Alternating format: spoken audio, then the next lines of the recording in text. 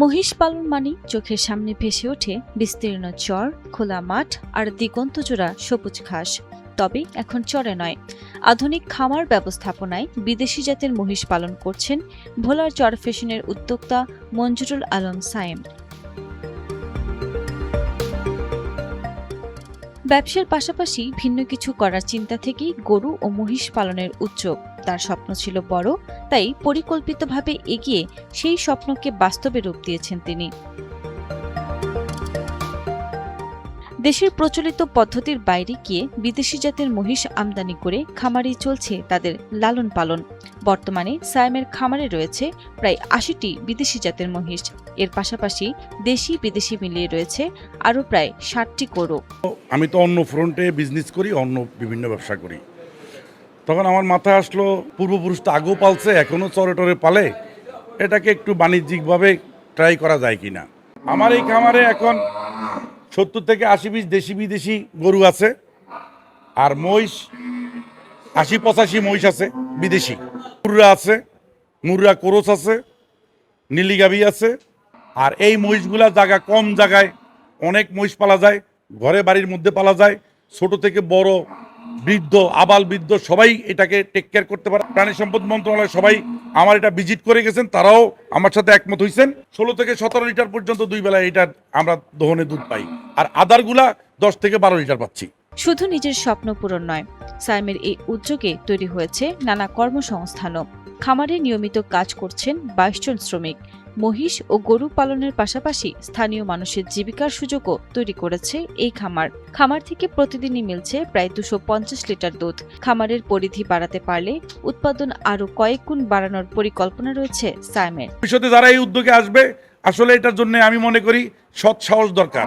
আমাদের ভিতরে একটা প্রবণতা হয়েছে যে আমি শিক্ষিত, আমার কিছু টাকা আছে, তাহলে প্রথম চয়েস থাকে আমি শিক্ষিত, আমাকে চাকরি করতে হবে। ১০-১২ বছর পর্যন্ত এই খামার পরিচালনা করি।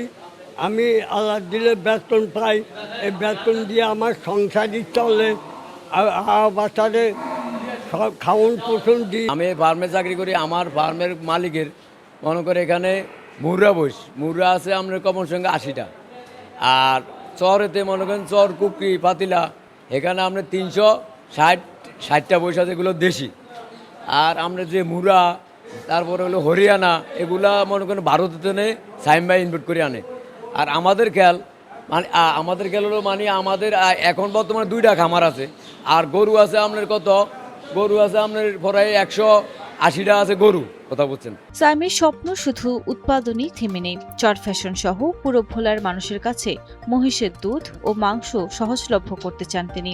স্থানীয় বাজারে মহিষের মাংসের সরবরাহ বাড়িয়ে তৈরি করতে চান নতুন বাজার। আমাদের এই খামারে গরু আছে ৩০টা, বয়স আছে ধরেন প্রায় ৬০-৬৫টা। এ থেকে দুধ আছে, আবার চালাও আছে। দুধ সব মিলিয়ে ধরেন আমাদের ৪০ কেজি ২০০-২৫০ মণ দুধ আমরা মিলিয়ে দেই। এগুলো মহিষ গরু আছে, ক্ষেত থেকে ঘাস আনি এগুলারে খাওয়াই আমরা। আমি এখন গোবর ফালাই, তারপরে খামারে ঘাস কাটি, গরু বাছুরের করতেছি।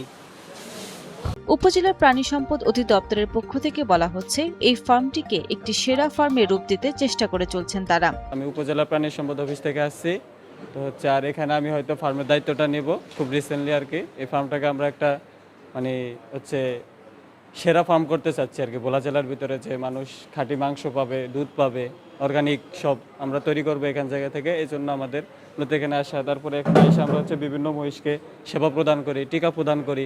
অসুস্থ থাকলে আমাদের কল দেয় যে ফার্ম থেকে যে একটা মহিষ অসুস্থ আছে, আপনি সেবা দিয়ে যান, তো আমরা হচ্ছে সেবা দিয়ে যাই আর কি। চরাঞ্চলে মহিষ পালনের পুরনো ধারণাকে পাশে রেখে আধুনিক ব্যবস্থাপনার এই উদ্যোগ একটি নতুন সম্ভাবনার পথ। সায়েমের স্বপ্ন শুধু নিজের খামার নয়, ভোলার মানুষের চাহিদা মিটিয়ে মহিষের দুধ ও মাংসের একটি বড় বাজার তৈরি করা।